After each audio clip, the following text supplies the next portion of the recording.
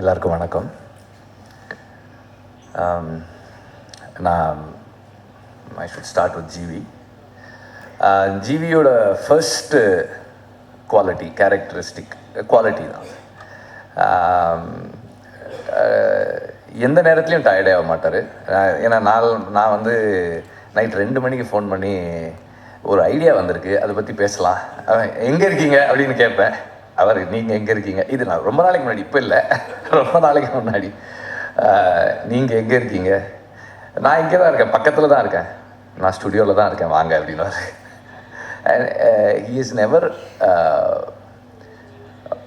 Avoided work. வேலை செய்யணுன்னா ஐயோ இப்போ டயர்டாக இருக்கேன், இந்த படம் போயிட்டுருக்கேன், அந்த படம் போயிட்டுருக்கேன், ஒரு நாள் கூட வந்து அந்த மாதிரி கிளாஷ் வந்ததே கிடையாது.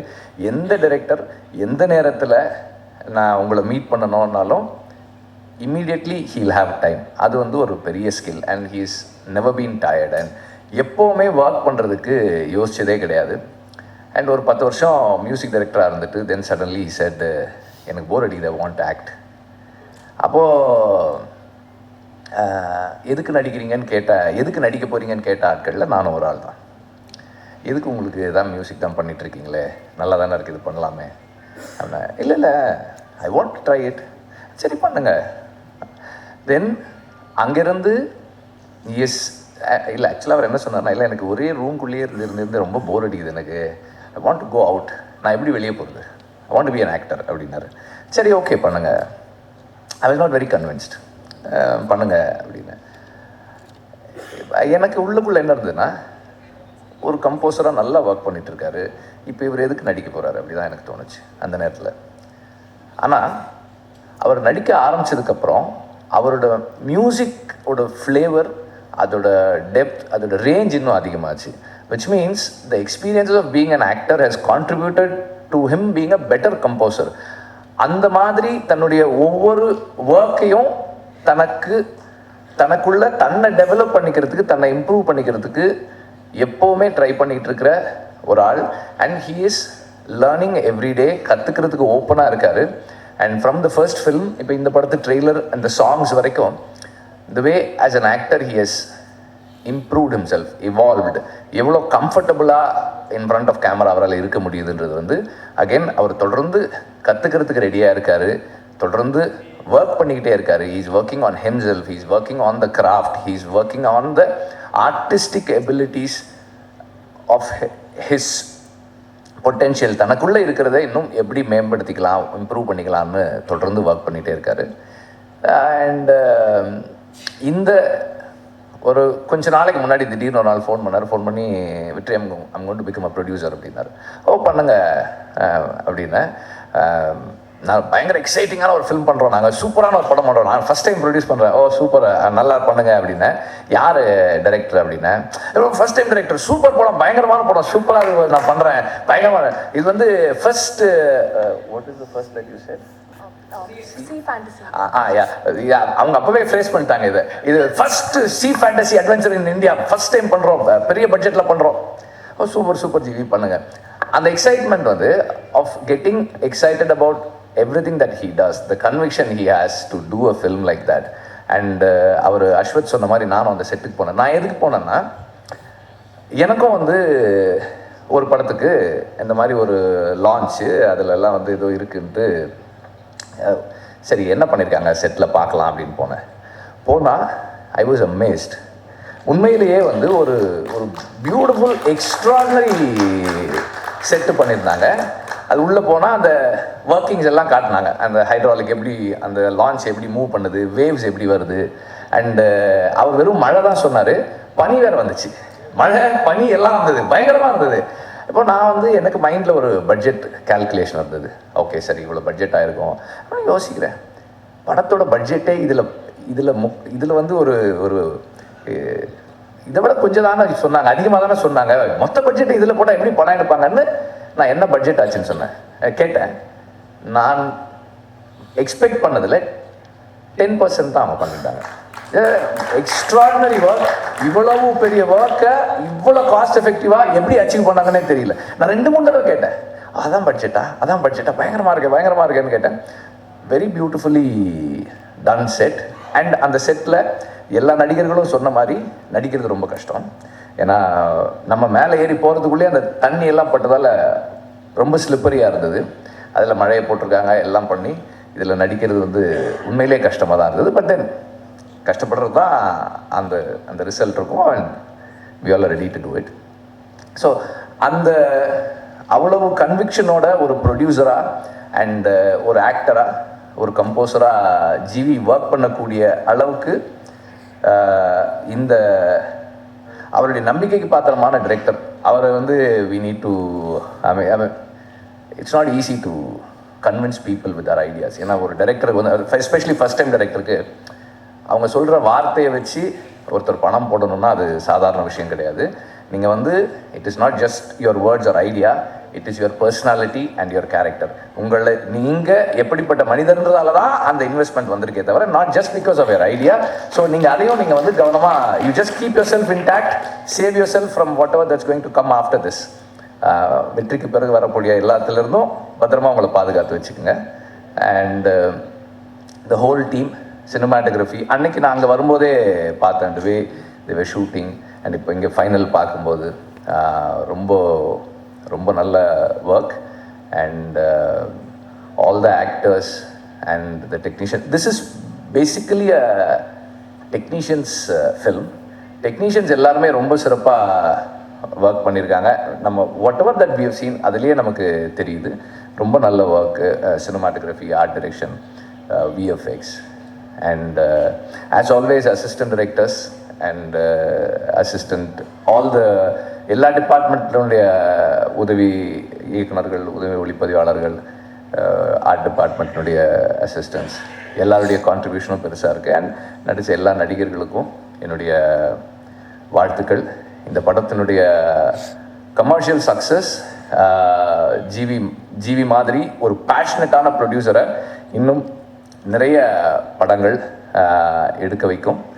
And I wish the whole team a big success. Thank you. எல்லோருக்கும் வணக்கம்.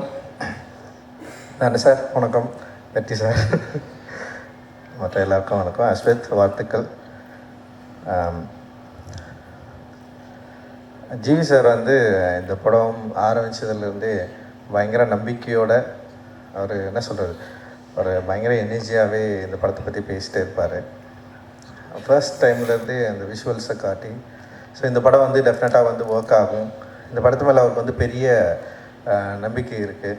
ஆனால் என்னென்னா ஒரு பட்ஜெட்டை மீறி செலவு பண்ணுறது ஒரு பயம் கூட இல்லாமல் வந்து ஒரு ஃபர்ஸ்ட் டைம் டைரக்டருக்கு இந்த மாதிரி ஒரு பெரிய வாய்ப்பு கொடுத்தது வந்து உண்மையிலேயே வந்து ரொம்ப முக்கியமானதாக நான் வந்து பார்க்குறேன். ஏன்னா இன்றைக்கி வந்து நம்பிக்கை அப்படின்றது வந்து ரொம்ப ரொம்ப முக்கியமாக நான் பார்க்குறேன். அப்புறம் கிரியேட்டர்ஸை நம்புறது,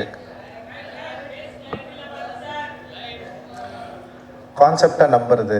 ஒரு புதுசாக ஒரு கான்செப்ட் வருதுன்னா இதுக்கு முன்னாடி வந்து அது ஒர்க் ஆகிருக்கா இல்லையா அப்படின்றது ரொம்ப முக்கியமானது. ஆனால் வந்து இந்த மாதிரி ஒரு கான்செப்டை நம்பி இப்படி ஒரு விஎஃப்எக்ஸ் டீமையும் நம்பி அவங்க மேலே நம்பிக்கை வச்சு, ஏன்னா நம்மக்கிட்ட வந்து பெரிய பொருளாதார பலம் இல்லை.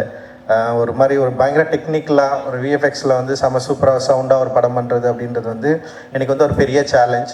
அந்த சேலஞ்சை வந்து நான் கேட்டேன், விஎஃப்எக்ஸோட பட்ஜெட்டை கேட்டேன். இந்த படத்துக்கும் இவங்க காட்டின விஷுவல்ஸுக்கும் வந்து நிச்சயமாக அந்த பட்ஜெட் பத்தாது.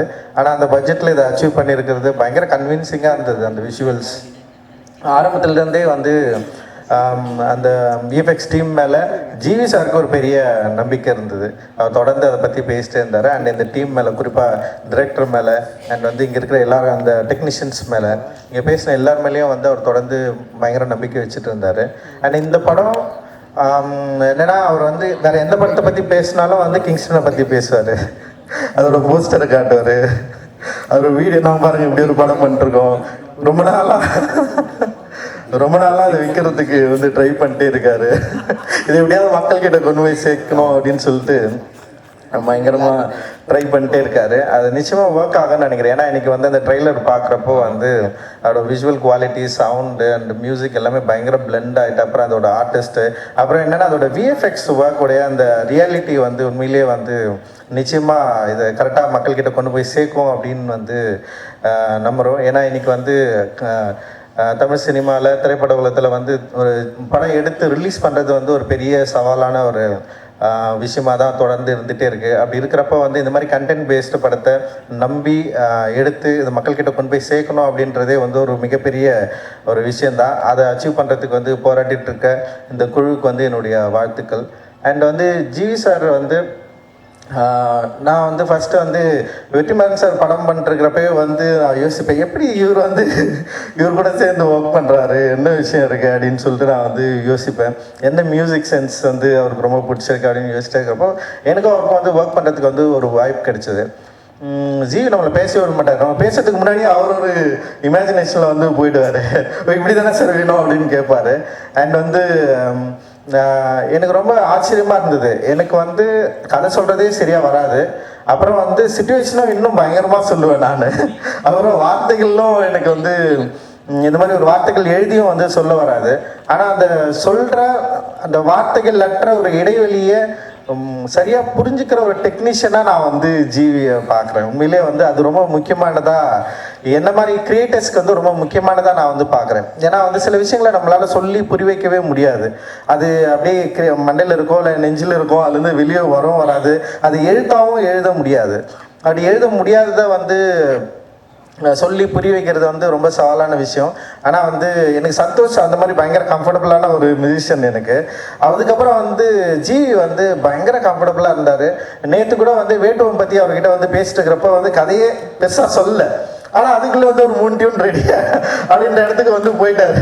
ஸோ இப்படி பண்ணலாம், இந்த மாதிரி ஒரு சவுண்டு கொண்டலாம், அந்த மாதிரி வந்து என்ன சொல்கிறது, என்னை இன்னும் சரியாக புரிஞ்சிக்கிற ஒரு டெக்னீஷியனாக அண்ட் ஒரு ஆர்டிஸ்டாக ஜிவி இருக்கிறது வந்து எனக்கு ரொம்ப சந்தோஷம். அண்ட் எனக்கு ரொம்ப கம்ஃபர்டபுளான ஒரு ஆர்டிஸ்ட் அண்ட் டெக்னீஷியன்.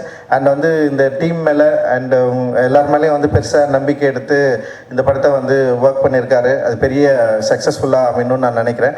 அண்ட் வந்து கமல், வாழ்த்துக்கள். ஒரு பெரிய ஒரு கனவோட நீங்கள் இந்த படத்தை வந்து எடுத்திருக்கீங்க. அண்ட் வந்து இட் இஸ் நாட் பாசிபிள். இந்த மாதிரி ஒரு ஃபர்ஸ்ட் படத்தில் இப்படி ஒரு பட்ஜெட் கிடைக்கிறதும் பாசிபிள் இல்லை. இப்படி ஒரு கதை யோசித்து எடுக்கிறதும் வந்து இங்கே பாசிபிள் இல்லை.